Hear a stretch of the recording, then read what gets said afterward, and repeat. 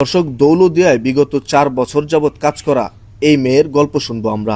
কেনই বা তিনি দৌলতদিয়ায় আসলো, এসব খারাপ কাজের সাথে জড়িত হলো, এটা একটু আমরা তার কাছ থেকে জানার চেষ্টা করব। আসলে এই যে আপু, আপনি মূলত দৌলতদিয়ায় যে 4 বছর যাবৎ আছেন, মূলত এখানে কিভাবে আসলেন, শুরুটা কি?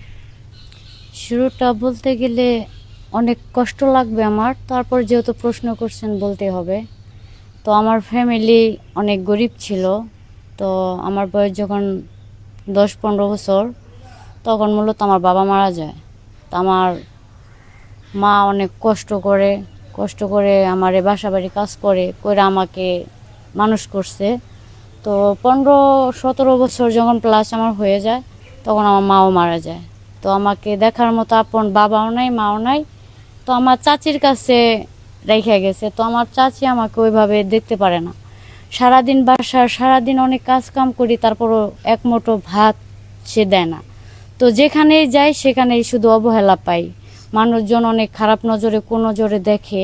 তো ভালো কাজ আমাকে কেউ দেয় না। আচ্ছা, যাই হোক আপু, আমরা একটি প্রশ্ন করি আপনাকে।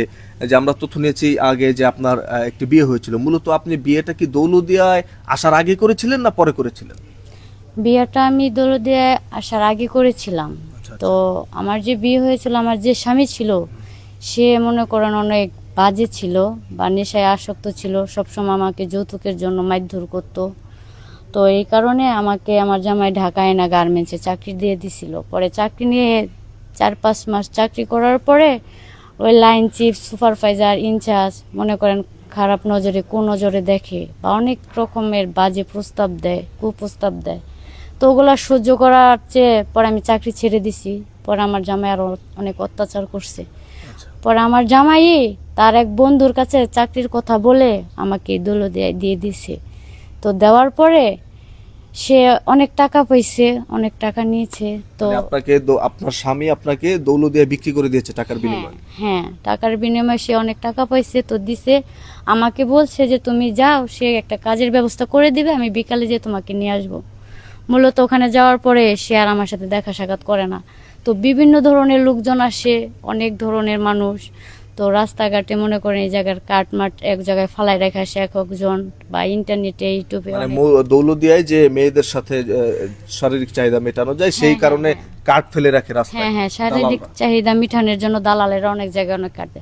তো আমাদের এখানে যখন আসে, তো অনেক খারাপ আচরণ করে অনেক মানুষ, মানে এগুলো বলার মতো না, তো বলতেও চাই না। তো শুধু কষ্ট আমার একা না, এই জায়গায় এই দৌলতদিয়া যে মেয়েগুলো আছে, সবারই একটা না একটা কষ্ট আছে। কেউ সুখে আসে না, সবাই একটা না একটা কষ্ট চেপে নিয়ে এই জায়গায় বসবাস করতেছি। কিন্তু এই দৌলতদিয়ায় তো আপনারা সবাই দেহবিলান মানুষকে, কি এই প্রফেশনটা ছেড়ে অন্য কোনো পেশায় যেতে পারেন না আপনারা? হ্যাঁ, আমরা অনেক চেষ্টা করেছি। যে জায়গায় মনে করেন এখন যে যুগ, ভালো মানুষ নাই। আর আমরা যখন ভালো কাজের জন্য যাই, তখন তারা ভালো কাজ না দিয়ে তখন তারা আমাদের এই শরীরের দিকে আগে তাকায়, অনেক কুপ্রস্তাব দেয়। তো ওই শকুনের হাত থেকে বাঁচার চেয়ে এখানে থাকাটা অনেক ভালো আমাদের কাছে মনে হয়। দর্শক, আপনারা দেখতেই পারলেন দৌলতদিয়ায় থাকা এই বোনটির গল্প। তিনি কিন্তু অনেক মনে দুঃখ কষ্ট জমা নিয়ে তিনি এই দৌলতদিয়ায় এসে এখন মানুষের শারীরিক চাহিদা মেটাচ্ছে।